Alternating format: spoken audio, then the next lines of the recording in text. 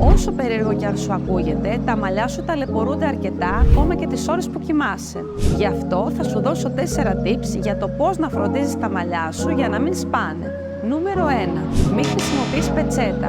Μετά το λούσιμο, απέφυγε να στεγνώνεις τα μαλλιά σου με πετσέτα γιατί καταστρέφεται η ποιότητα της τρίχας. Εναλλακτικά, μπορείς να τα αφήσεις να στεγνώσουν μόνα τους ή να χρησιμοποιήσεις μια βαμβακερή μπλούζα. Νούμερο 2. Περιόρισε το βούρτσισμα όταν είναι βρεγμένα.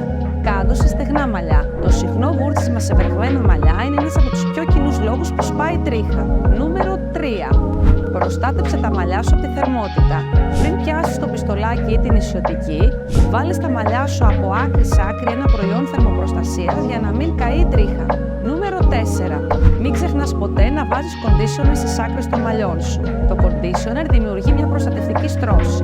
Τέλος, σαν extra tip, δοκίμασε να κοιμηθείς σε μεταξωτές μαξιλαροθήκες που θα προστατέψουν τα μαλλιά σου από το σπάσιμο της τρίχας. Ακολούθησέ με για περισσότερες συμβουλές για την προστασία των μαλλιών σου.